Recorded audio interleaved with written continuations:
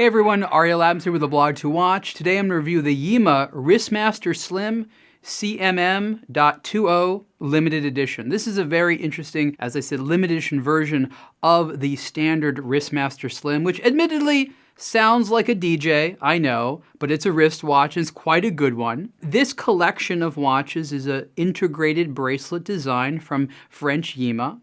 Their facility is in watchmaking country not far from the Swiss border. So even though they are a French brand, the reality is their manufacturer, as well as the people that work there, are the same group of people in the same region as a lot of the Swiss-made watches and things like that. So slight cultural difference, but for the most part, really what you have is just a lower price in a lot of ways, which is a good thing because they pass those savings on. But this watch is really feature-packed. It has an in-house made movement with a micro-rotor automatic. This particular version, even the bridges are done differently than other versions. And the name of the movement is the CMM.20. That's what that term comes from. And I'll show it to you here in a second here. You turn the watch over and it's a really nice presentation, I think, at this price point. There's not a lot of watches that are this affordable that have a micro rotor automatic. It's considered to be a little bit more of an exotic high-end thing. And so having it in a watch like this is great. Plus, this is relatively slim. I wouldn't say it's ultra slim, but the 39 millimeter wide case is only about 10 millimeters thick, and it wears very, very comfortably. Now, what's special about this limited edition? That's where things get interesting. Most of the Wristmaster Slim watches just have a standard steel case and bracelet, and they're attractive, but it's standard polished steel. This is a little bit different. This watch has two processes, and if you look at it, of course it's black, dark gray, and it has a texture to it. You can see there's a texture. Now, part of that is amplified by the bezel design, which has these little notches in it, which you can see. It's a little bit strange to see that at first, but these little notches are a unique thing that is unique to Yema. It's something that they made in the past in a different model, and they brought back for the Wristmaster Slim.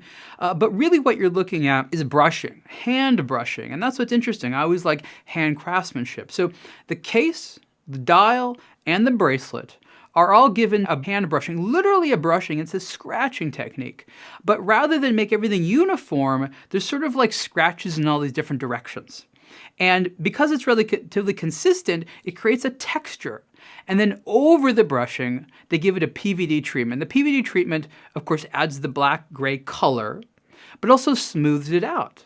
Because brushing makes something quite rough because you're literally scratching the metal. Now you can still feel it a little bit here, but the reality is that this is a very smooth watch to touch.